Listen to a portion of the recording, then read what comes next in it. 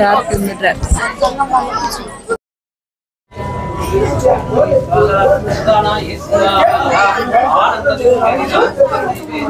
Okay, ఇది సంగతి మిత్రులారా. నేను మీ కొత్తకొండ శక్తి ప్రసాద్. ఎల్లమ్మగుట్ట కాలనీలో రత్నాల కల్లం హనుమాన్ మందిరం పునర్నిర్మాణం జరిగింది. ఈ ఆలయ చరిత్ర ఏంది, ఇక్కడ ఉన్న పంతులు గారిని అడిగి తెలుసుకుందాం.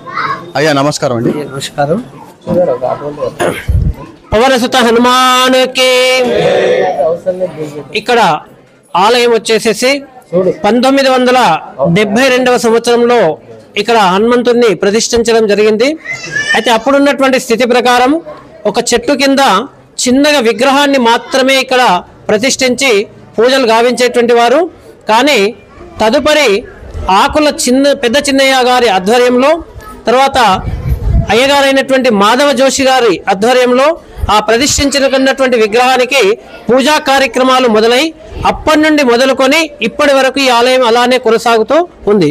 అయితే దాంట్లో భాగంగానే మనకు ఆలయం మాత్రం అభివృద్ధి చెందడం అనేటువంటిది చాలా వింతగైనటువంటి విషయం. ఎందుకనంటే సంవత్సరం క్రితం ఈ ఆలయాన్ని పూర్తిగా విగ్రహాలను తొలగించి వేరేగా ఉంచి వాటికి పూజలు గావించి తదుపరి మన నేలం రాజు కార్పొరేటర్ అయినటువంటి మన డివిజన్ కార్పొరేటర్ అయినటువంటి నేలం రాజు గారి ఆధ్వర్యంలో ఉన్నటువంటి కమిటీ అధ్యక్షుడైనటువంటి ప్రభాకర్ గారు, సెక్రటరీ అయినటువంటి సురేష్ గారు, తర్వాత క్యాషియర్లు అయినటువంటి మన ఎండల సంతోష్ గారు, మెట్టు గారు, రవి గారు, తర్వాత వెంకటేష్ గారు, అభి శ్రీనివాస్ గారు, తర్వాత ఇంకా కొట్టూరు శ్రీనివాస్ గారు, తర్వాత రాజేందర్ గారు, నాగేందర్ గారు, వీరి యొక్క టీం ఆధ్వర్యంలో చాలా గణనీయమైనటువంటి అభివృద్ధి చెందించడం జరిగింది.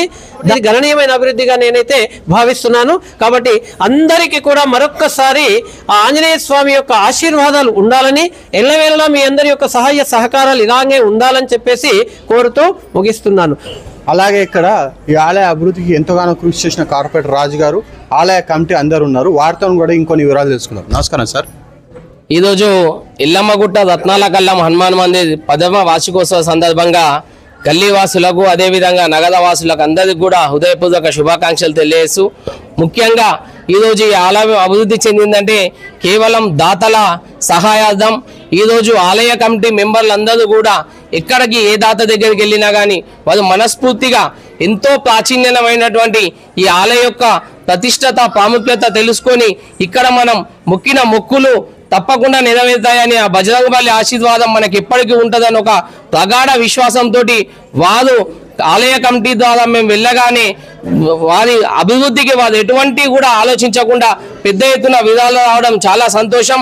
అనుకోని విధంగా ఈరోజు ఆలయం అభివృద్ధి చెందిందంటే కేవలం గల్లీవాసులు అదేవిధంగా నగరంలోని ప్రముఖులందరి యొక్క దాతల సహకారం. అదేవిధంగా ఇక్కడ ఈ ఆలయ ప్రాముఖ్యత నిజంగా 1970 నుంచి ఈరోజు ఆలయం ఈ స్థాయికి అభివృద్ధి చెందింది.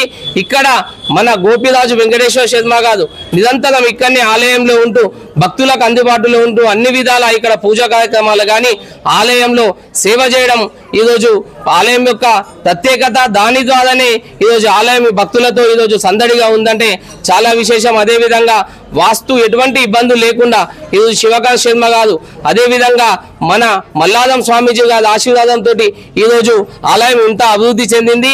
అదేవిధంగా రాబోయే రోజుల్లో కూడా భక్తులు కోరిన కోరికలన్నీ బజరంగబలి ఆశీర్వాదంతో నెరవేరాలని చెప్పేసి అందరూ ఆరోగ్యంతో ఉండాలని కోరుకుంటూ ఈరోజు ప్రజలకు తెలియజేయడానికి వచ్చిన ఇది సంగతి న్యూస్ ఛానల్ కూడా మేము ప్రత్యేక ధన్యవాదాలు తెలియజేస్తూ బజరంగబలికి జై. ఇది సంగతి మిత్రులారా. 100 ఏళ్ల చరిత్రను ఈ ఆలయాన్ని 3 సార్లు అభివృద్ధి చేసినప్పటికీ ఈరోజు 2024లో చేసినంత అభివృద్ధి ఇంతవరకు జరగలేదని, ఈ ఆలయ అభివృద్ధికి కృషి చేసిన ప్రతి వ్యక్తికి ఈ గల్లీ కార్పొరేటర్ అయిన వారు ప్రత్యేకమైన ధన్యవాదాలు తెలియజేస్తున్నారు. ఈ ఆలయం ఒక్కరి చేతిలో కాదు, ప్రజలందరూ సహకరించాలని అయిందని చెప్పేసి తెలియజేస్తున్నారు.